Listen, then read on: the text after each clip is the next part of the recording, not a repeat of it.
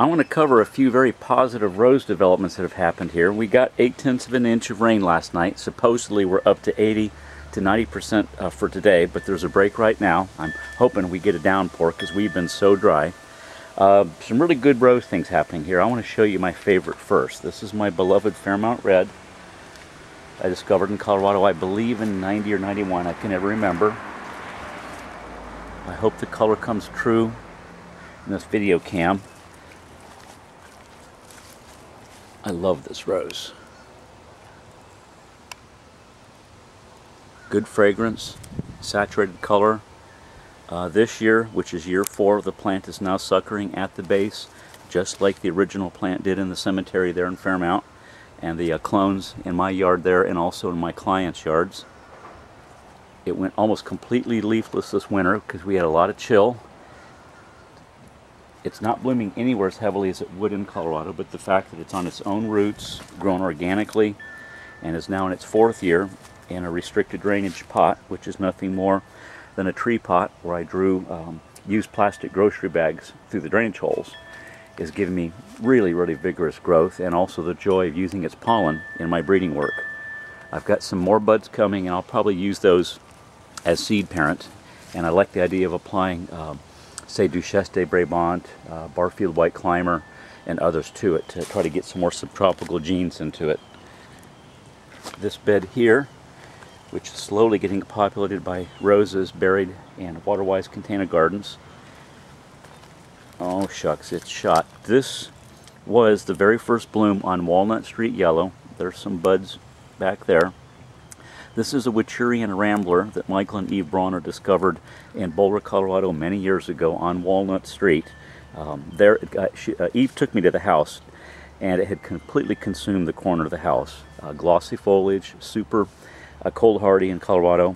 I have very good luck here in Florida with own root Wichurianas like Francois Gironvi, Gardenia, and so I expect really good growth. I had lost 2 that Michael and Eve had sold me by mail when I had planted them directly in the ground because I just had not appreciated how severe the drought had gotten and how dry the soil had gotten down deep. This one is in a buried 5-gallon bucket with the drainage holes drilled on the sides 3 inches from the bottom, which is the basis of what I call water-wise container gardens. And now that it's obviously taken, I'm going to get on my ladder and pound this rebar down another foot and anchor it and start the process of climbing it up. You can see at the base the trunk of Mermaid, which was the rose that had absolutely consumed and ruined this yard, had kept me out of here for a year and a half. The squalor at the back is all I have left to address. This bed here, there's actually quite a few roses in there, but they're obscured by arugula bolting in the heat. I'm probably going to pull some of the arugula out today to feed the chickens and to expose the roses, and I'm going to be phasing in for summer color Celosia argentea, the hybrid forms. I'm using nasturtiums in here as filler until I get more roses in. Here's a Louisiana iris that just got through blooming and has another bud. And same thing, it's in a buried bucket. I have another Louisiana iris over there. Next to it is a Baronne Provaux that just got through blooming. And it's also in a buried 5-gallon bucket, which is the key. Here's, if you can see the foliage, another Louisiana iris. And what I'm going to be doing here is basically planting a rose in a buried bucket about every 5 feet.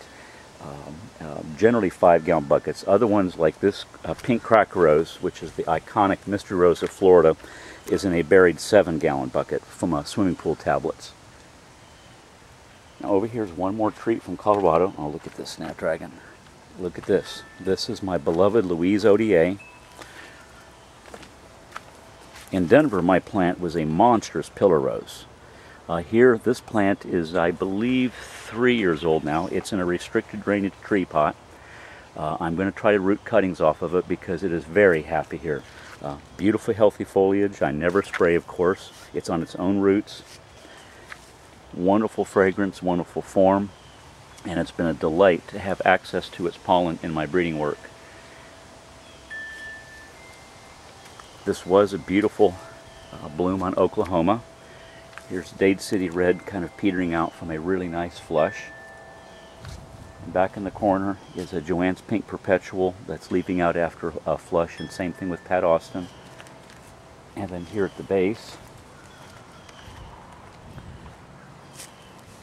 is York Street Yellow, which Tony Tishy discovered on York Street many years ago in Denver. I've always felt it was a Brownell rose. This bloom is too spent, but it's a semi-double, warm yellow. In Colorado, it was an extremely heavy hip setter, and the original plant, the woman who owned it, let me do some breeding on it. And what's this here? We've got a bloom here. Oh, this is a rose that's in a buried bucket. It's one of the first bucket plantings I did. This was a rose that was given me years ago by a couple who found it growing on a hillside in Kentucky. And it barely stayed alive in the ground, again, until I moved it into a water-wise container garden. I'm not too sure what it is.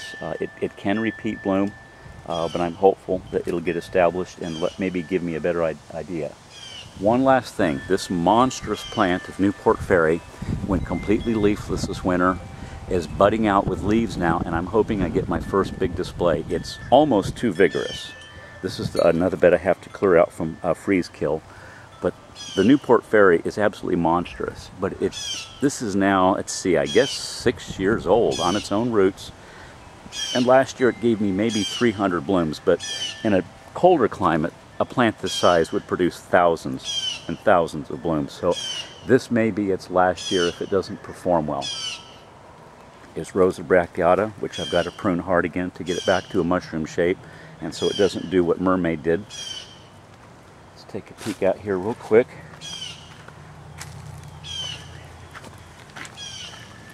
Teasing Georgia is finishing up what was a beautiful flush. It was spectacular. It literally made people hit their brakes and back up. I love this rose.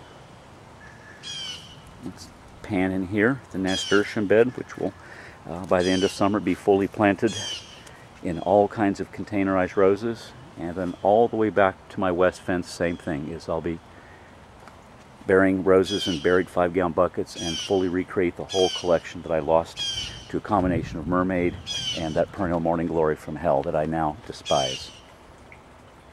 Let's take one last peek at Louise Odier. And one last look at my beloved Fairmount Red.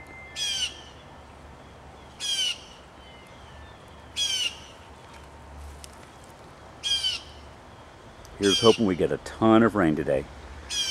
Bye-bye, y'all.